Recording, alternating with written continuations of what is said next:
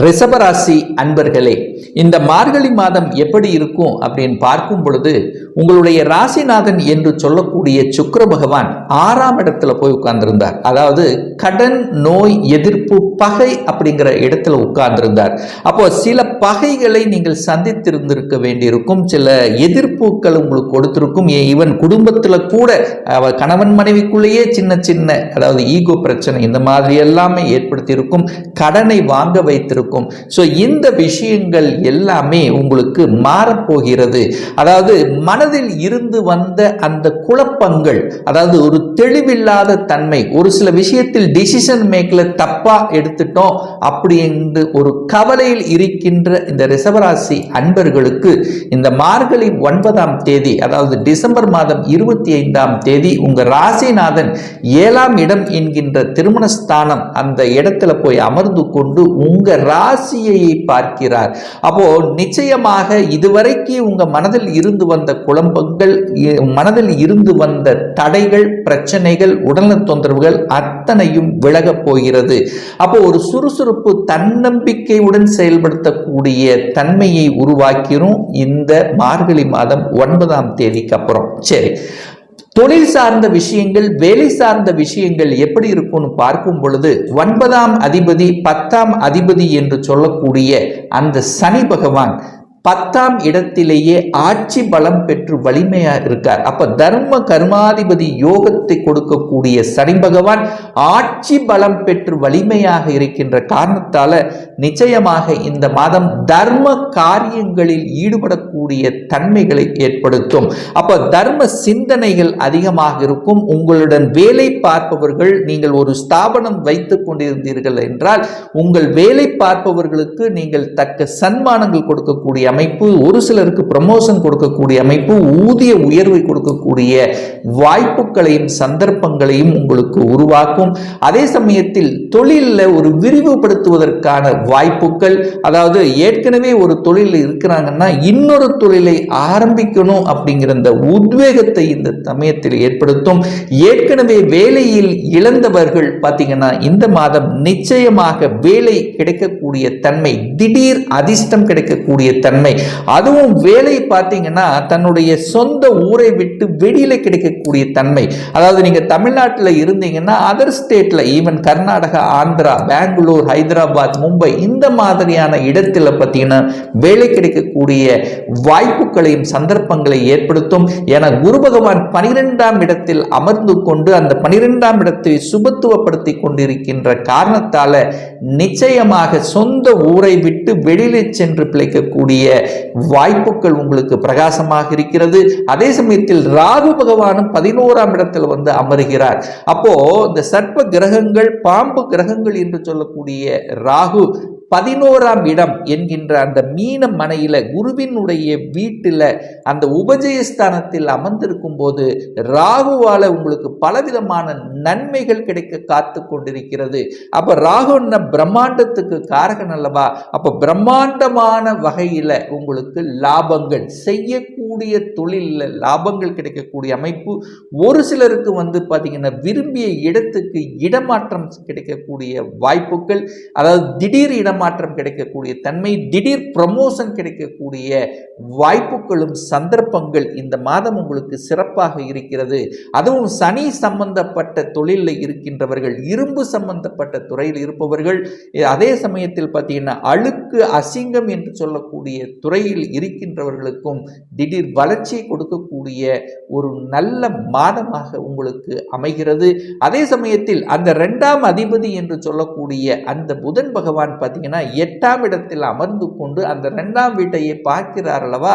அப்போ பணத்தை கொடுத்து பணம் எங்கோ ஒரு இடத்துல லாக் ஆகி அதனால ஒரு மனவேதனை அடைந்து பணம் திரும்பி வரல அப்படின்னு எதிர்பார்த்து காத்து கொண்டிருப்பவர்களுக்கு திடீர் அதிர்ஷ்டமாக இந்த மாதம் அந்த பணம் உங்களுக்கு வரக்கூடிய வாய்ப்புகள், சந்தர்ப்பங்கள் மிகுதியாக இருக்கிறது அப்படின்னு சொல்லணும். அதே சமயத்தில் 2க்குரியவன் 8ஆம் இடத்தில் இருக்கின்ற காரணத்தால நீங்கள் வாக்கு எதை கொடுக்கணுமோ அதை மட்டும் கொடுத்து விட்டு இருந்துவது உங்களுக்கு சிறப்பை ஏற்படுத்தும். நீங்க நல்லது செய்யற அப்படின்னு சொல்லிட்டு சில உதவிகள் முன்பின் தெரியாதவர்கள், தெரிந்தவர்கள் யாருக்கும் உதவி செய்ய செய்யும் போது அதனால உங்களுக்கு ஒரு வழியை தரக்கூடிய அமைப்புகளை ஏற்படுத்திடும். அதாவது ஒரு ஜாமீன் கையெழுத்து போடுவது, ஸோ இந்த மாதிரியான விஷயங்களை தவிர்ப்பது உங்களுக்கு சிறப்பை ஏற்படுத்தி கொடுக்கும். 4ஆம் இடத்தை, அதாவது சுகஸ்தானத்தை அந்த குருவினுடைய பார்வை கிடைக்கிறது. இதுவரைக்கும் பார்த்தீங்கன்னா ஒரு நல்ல ஒரு வீடு வாங்கணும், இடம் வாங்கணும் என்று நினைத்து கொண்டு அது உங்களுக்கு செயல்படுத்த முடியாமல் இருந்த இந்த ரிஷபராசி என்பவர்களுக்கு இந்த மாதம் நீங்கள் ஒரு வீடு வாங்கணும், ஒரு கனவு இல்லம் அமைக்கணும் அப்படின்னு ஆசைப்பட்டு கொண்டவர்களுக்கு அது நிறைவேற்றக்கூடிய வாய்ப்புகள். ஏன்னா இதுவரைக்கும் குரு பகவான் வக்ரம் பெற்று இருந்தார், அதே சமயத்தில் ராகுவோடு சேர்ந்து இருந்து அது ஒரு வகையில் ஒரு தொந்தரவு இருந்ததுன்னு சொல்லலாம்.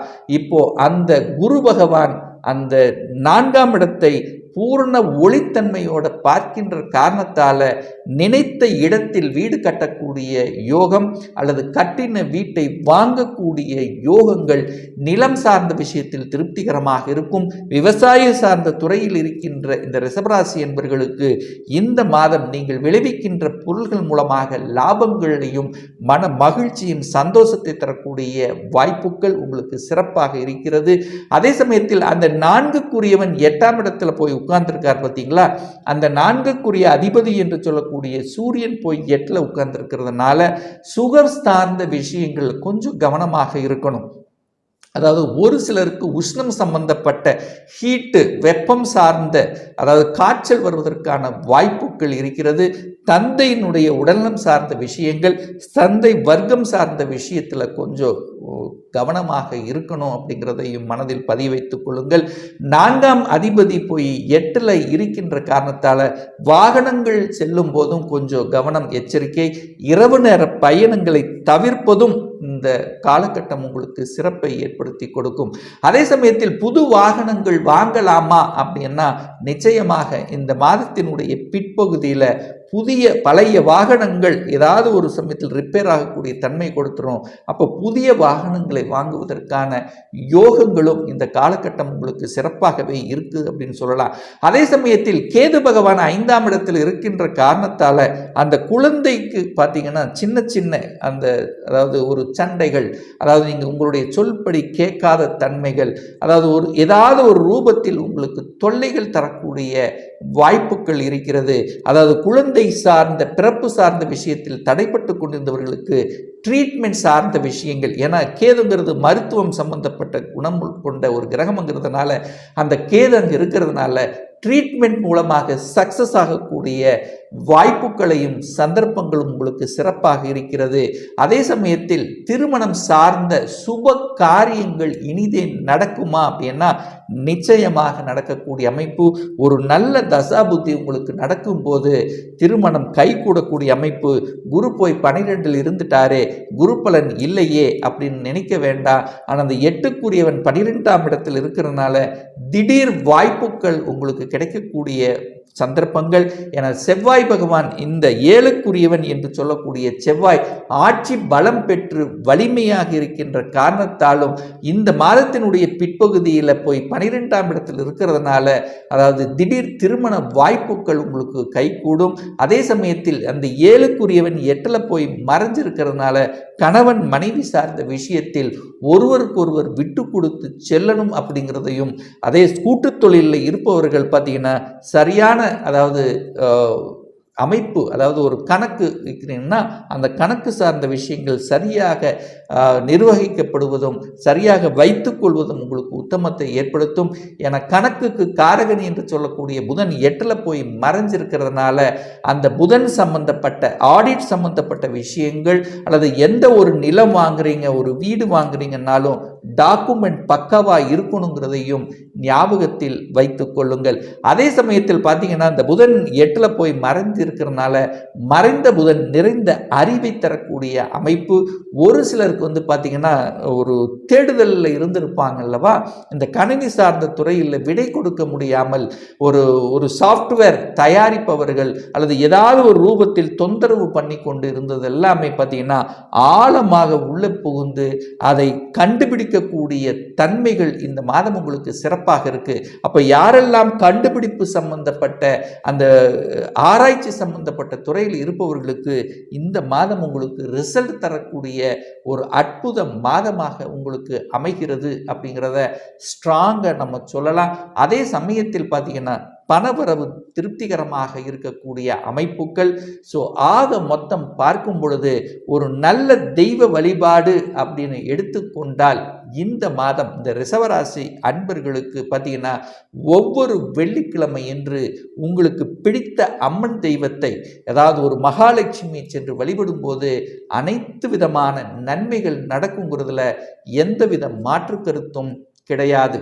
இப்போ நான் சொன்னது கோச்சார ரீதியாக இந்த மார்கழி மாதத்துக்குரிய ஒரு பொதுவான பலன்கள். இந்த ராசி நட்சத்திரத்தில் பார்த்தீங்கன்னா பல கோடிக்கணக்கான பேர் இருப்பீங்க. ஒவ்வொருத்தரும் டிஃப்ரெண்ட். ஒவ்வொருவருடைய ஜாதக அமைப்புகள், கிரக அமைப்புகள் வேறுபடும். ஒரு துல்லிய பலன் வேணும் அப்படின்னா உங்களுடைய சொந்த ஜாதகம், சுய ஜாதகத்தில் கிரகங்கள் எப்படி இருக்கிறது, என்ன மாதிரியான ஆதிபத்தியம் பெற்றிருக்கு, எந்த டிகிரியில் இருக்கார், இப்போ நடப்பு தசா புத்தி அந்தரம் சூட்சுமம் வாயிலாக நீங்கள் கேட்கக்கூடிய எந்த கேள்வியாக இருந்தாலும், அதாவது ஒரு சொந்த தொழில் செய்யணும்னு ஆசைப்படுகிறேன், அதற்கான விதி கொடுப்பினை நம்முடைய ஜாதகத்தில் இருக்கா, அப்படி இருக்கக்கூடிய பட்சத்தில் எப்போ நம்ம சொந்த தொழிலை ஆரம்பிக்கலாம், எப்போ அதாவது வேலையில் அழுத்தம் ப்ரெஷர் இருக்கு, எப்போ நம்ம அதிலிருந்து விடுதலை பெறுவேன், எப்போ எனக்கு இடமாற்றம் கிடைக்கும், எப்போ எனக்கு ஒரு வீடு கட்டக்கூடிய யோகம் இருக்கிறது, எப்போ எனக்கு திருமணம் நடக்கும், எப்போ நமக்கு குழந்தை பாக்கியம் கிடைக்கும், இது போன்ற அனைத்து விதமான கேள்விகளுக்கும் துல்லியமான பதிலை நம்மால் கூற முடியும்.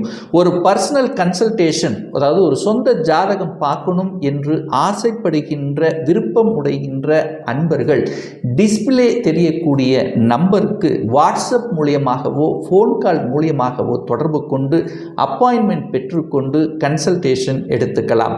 இந்த பதிவு உங்களுக்கு பிடித்திருக்கும் என்று நினைக்கிறேன். பிடித்திருந்தால் லைக் பண்ணுங்க, கமெண்ட் பண்ணுங்க, உங்க நண்பர்களுக்கும் உறவுகளுக்கும் ஷேர் செய்யுங்க. நம்ம சேனலை ஃபர்ஸ்ட் டைம் நீங்கள் பார்ப்பவர்கள் என்றால் மறக்காம சப்ஸ்கிரைப் பண்ணிக்கிங்க. பக்கத்தில் இருக்கின்ற பெல் பட்டன் மற்றும் ஆல் நோட்டிஃபிகேஷனை கிளிக் பண்ணும்போது நான் போடக்கூடிய அனைத்து விதமான பதிவுகள் உங்களுடைய நோட்டிஃபிகேஷனில் வந்து சேரும்.